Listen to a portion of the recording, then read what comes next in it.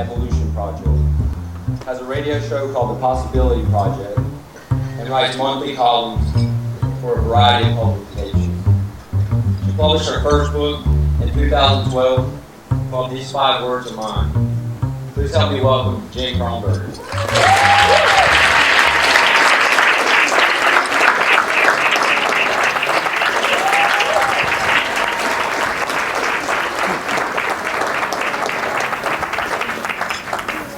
Hey! How we doing? Excellent. Oh, really? That was great. We're doing great. Yeah.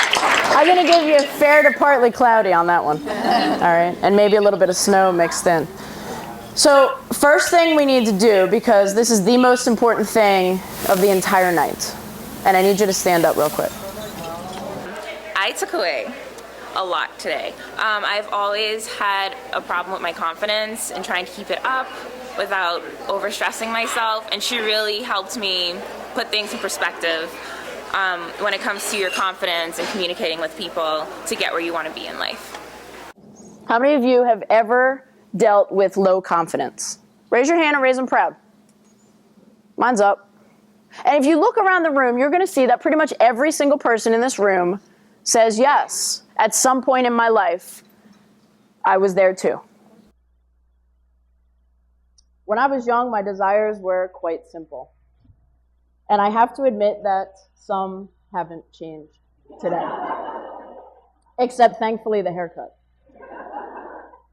Yet, these next, probably the biggest desire I have today is that these next 40 years of my life be just as full of these 5 principles as the last 40 have been. So when I was in 8th grade, I was always one of the tallest girls in the whole class.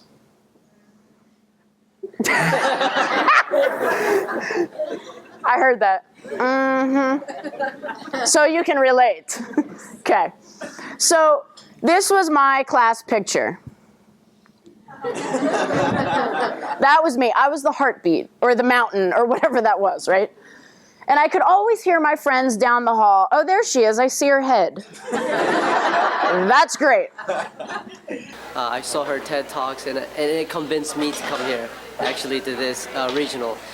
The statement of, I can to I did, is so amazing and so simple, and just choosing and making a choice, like she said, to do what you love is just enough and just so simple, and she is just an amazing person. Thank you.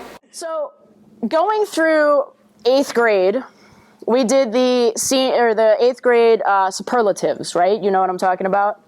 Now, there wasn't a tallest category, don't worry. People are like, oh, that's awful. Best this, most likely to do this. Well, I was chosen for the girls as most athletic. And the boy who happened to be chosen as the most athletic boy happened to be the shortest kid in the entire class. Good old Josh Lipton. Yeah. So it came time for the yearbook picture.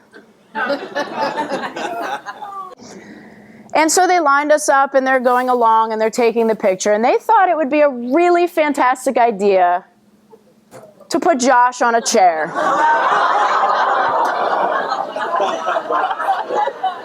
You know, people used to ask me, is that a real story? I'm like, I cannot make this up. The best part is they left the chair in the picture. Come on. It's an honor for me to be here today. Before I get started, there's one really important thing that we have to do. So everybody stand up real quick.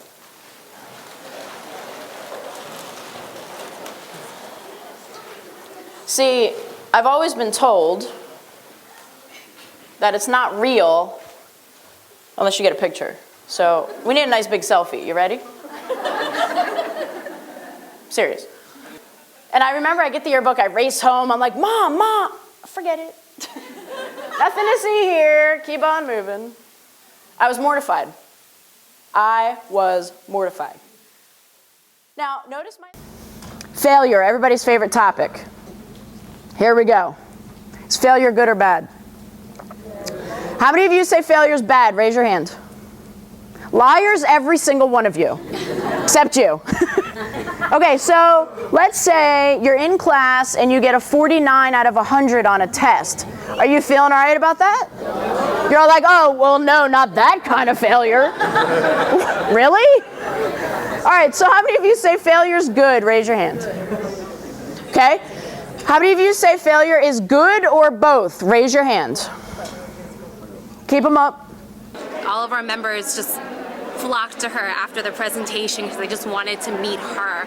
And she's always connects with them. She connects with them on Facebook, through telephone. People just feel so connected to her. So she actually ended up sticking around throughout the year.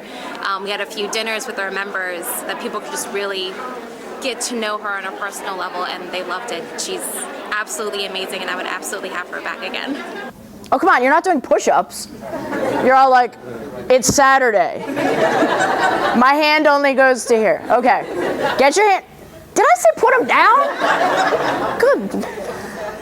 Keep them up. How many of you with your hands up right now want to be a failure? Oh, really? Really?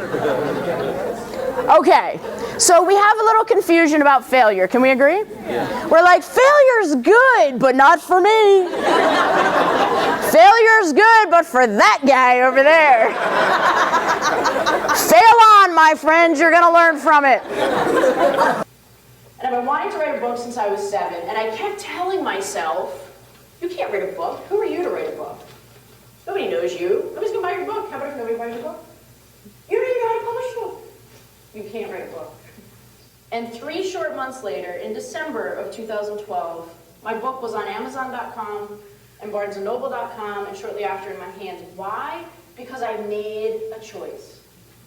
I made a choice. I went from I can't to I did, with that mantra that started me off.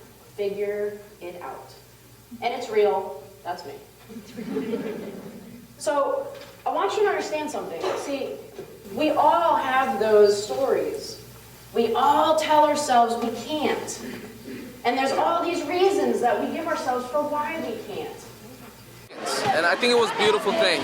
I took away a lot, and I think she's amazing, and look forward to seeing her again soon. I'm like, all right, get out of here. We'll see you tomorrow. So they leave, they come back, and the next day at the end of practice, I had them circle up, and I said, okay, today, you're going to give me 2 push-ups. Oh, and count them out. 1, 2. Okay, we're done. I said, all right, ladies, have a good night, and I'll see you tomorrow. Next day they show up, they do? 3. Woo. Honor Society, what? That's right. And then the next day they do? 5. I'm just kidding. I hear why. I told you I was an English major, right? Math is not my strong suit. Okay, so every day they did 1 more. They did 4, then they did 5, then they did 6, and so on and so on. Every time we met, whether it was a game or a practice, okay? And fast forward to May 7th of that year, we finished in the conference tournament. We lost the last game. I'm collecting my things in the dugout, and I turn around, and they're gone. And I thought, wow, they took that hard. Here they are out in the right field corner, circled up, doing push-ups. And in that moment, I realized they got it. They got it because, see, it became a pride thing for them. It wasn't about what they did. It became about who they were. It became who they were. And on that day, May 7th, they did 67 push-ups.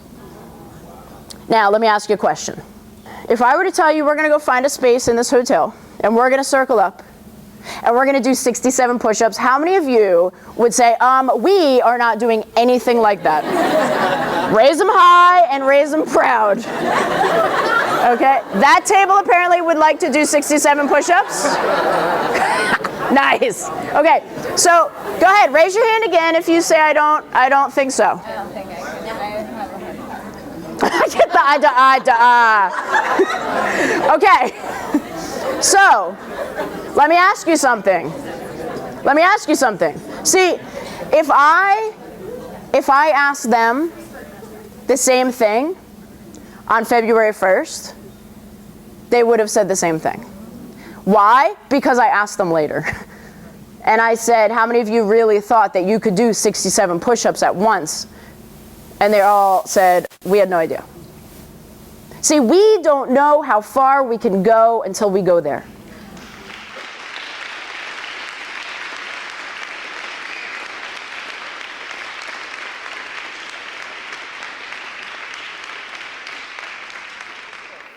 All right, here we go. Ready? 1, 2, 29. Oh, we got, the middle. There's a request for the middle. Are you ready? So that includes some of you. So be ready. Here we go. 1, 2. Okay, I only got my hair. Hold on. 1, 2. Okay, that was a little late on the draw. I snapped it and she goes, okey doke. Okay.